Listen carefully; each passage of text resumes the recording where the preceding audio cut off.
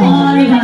And of course, we'd like to give our special thanks to UPI, the United People's Initiative, INC, KOJC, and other religious groups, and of course, the PDP Laban.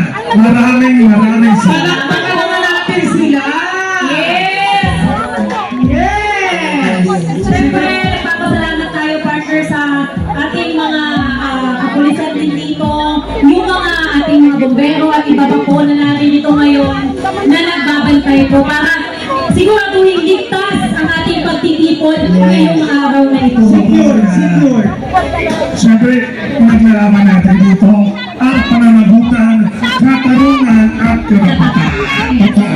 So ngayon, pwede na tayo tumuloy sa ating hukyan. So sa lahat ng may mga screens dyan, ito po, hukyan po natin. Ano nga ito natin? Sa kasinungalingan nila. Di ba nagpapasola si Bangko? Ang sabi niya may 500 billion. Project ng DPWH. Yung pala, pinulsa. Bigla bumagyo.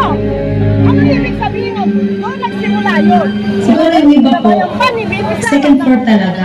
Pero kami po, doon po, hindi po talaga matatawag na second. Ginawa na lang po na para ang asawa. Para lang po meron po kami malikas.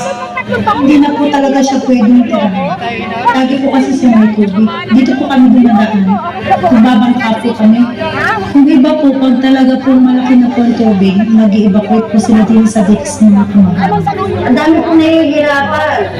Katulad po nito na sa likod po namin, marami pa po naka-evacuate. Kawawa naman po sila. Itong pinakamahirap tong taon na ito. Kahit gusto namin lumabas na mamili ng mga kailangan namin, hindi kami makakalabas kung wala ka. Likod ng bahay namin yan, dati pala yan, na naging pala isdaan. Yung mga flood control na ginagawa nila is out, kung sa substandard, hindi tuloy-tuloy yung pagkakagawa ng mga replating ng mga sa ilog. Hindi ko po alam kung bakit nila na atin po na gastusin po ang hindi nagbupat sa kanila. Dapat na parusahan sila para malaman nila kung ano yung pagkakakala nila. Puro sugar coating na lang sila eh.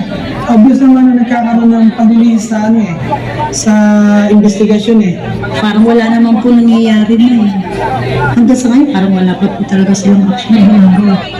Kaya pakiusap ko lang po Pangulong Marcos, bigyan naman po natin ng justisya ang mga naka-evacuate po natin dito. Wala na sila natutulayan sa kanilang bahay. Eh sabi nga nila, sanay na kami. Oo, sanay nga kami, pero dapat hindi kami pinababayaan. Kung lahat ng may pananagutan dito, maya naman kayo.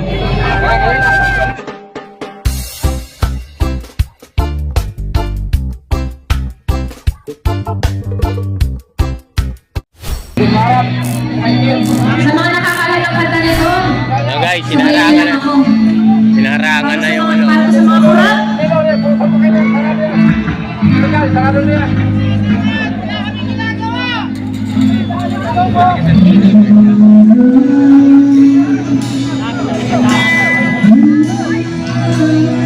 May harang na po, inarangan. Bawal yung pumunta dun sa kabilang barangay. Yan yung mga mukha na yan. Yan, oh.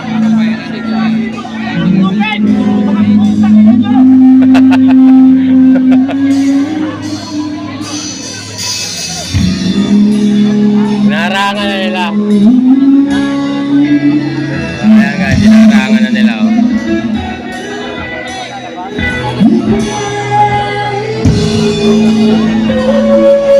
Inarangan na nila yung ano.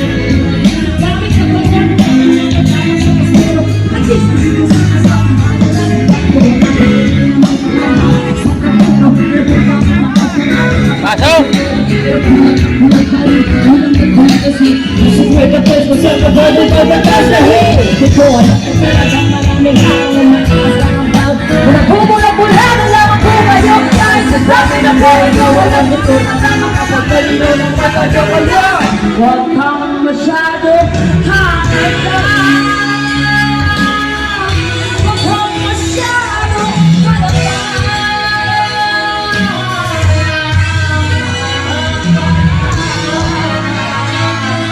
Huwag kang masyado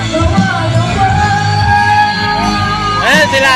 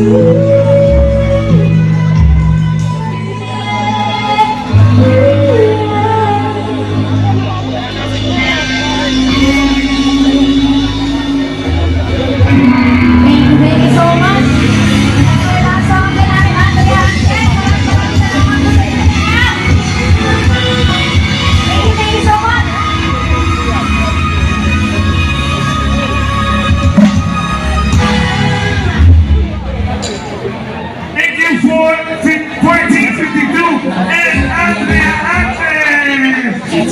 Yes! Walang pagkakalaman para si Andrea Andres! Alam mo, maswali mo sa'yo kung magsisinawan ka lang. Ay!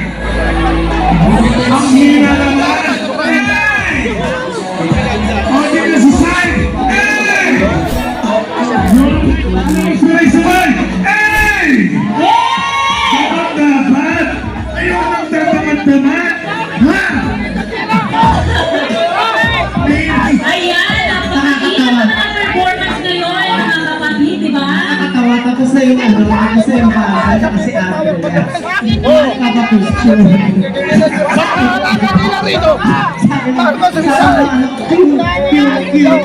Sinisiko ko kasi hindi ko naman masyarapan.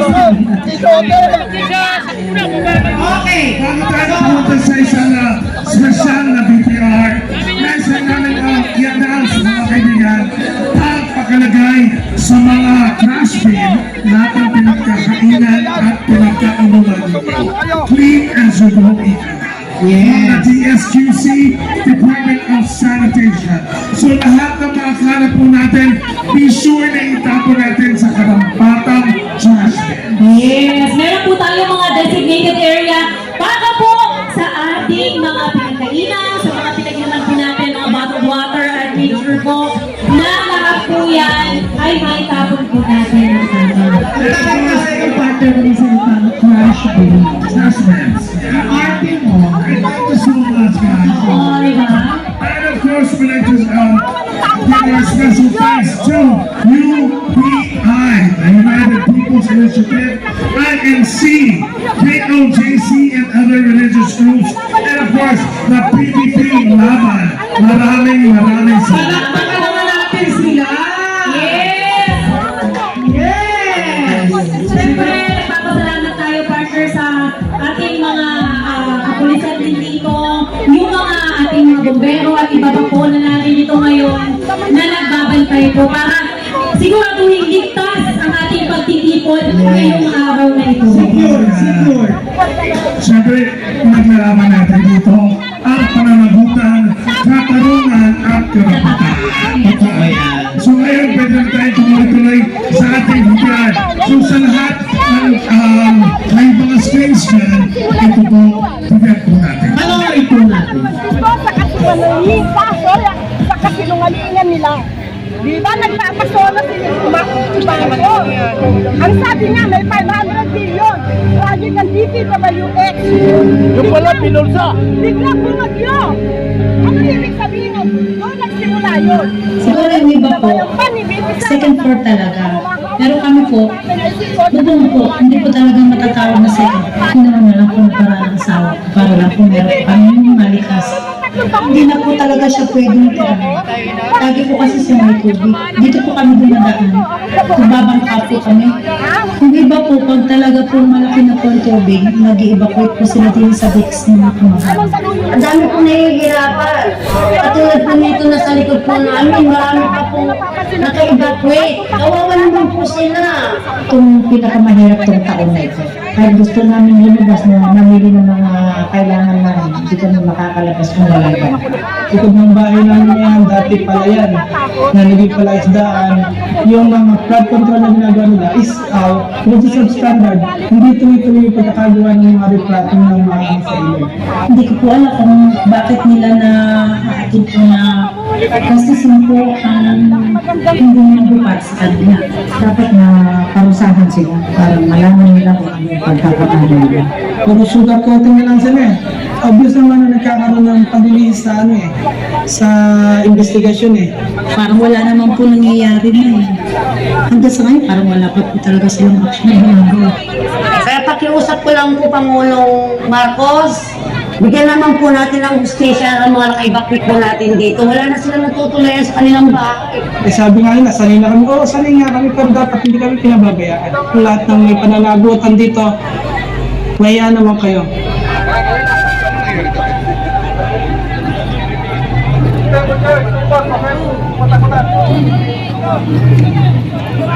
Ayan mga kaibigan, ating DPR.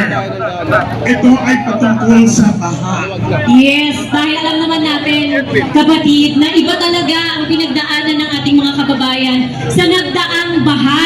Totoo yan. Kaya nga, naku, Kaya tayo nandito para ipakita sa inyo. Pero, sino ba talaga ang dapat nandito? yes, Siyempre tayong lahat na Pilipino. Ano yung Pilipino? Importante yan. sino-sino nga ba?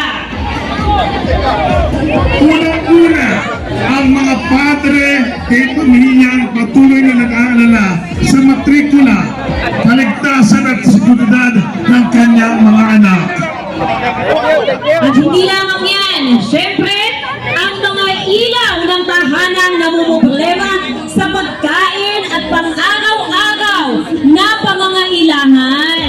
Siyempre, ang mga lider at kabataan nasa ustong gulang na nagsusumikap ngunit nangangamba sa kanyang magandang kinabukasan at pantay na oportunidad sa edukasyon at trabaho. Isang negosyante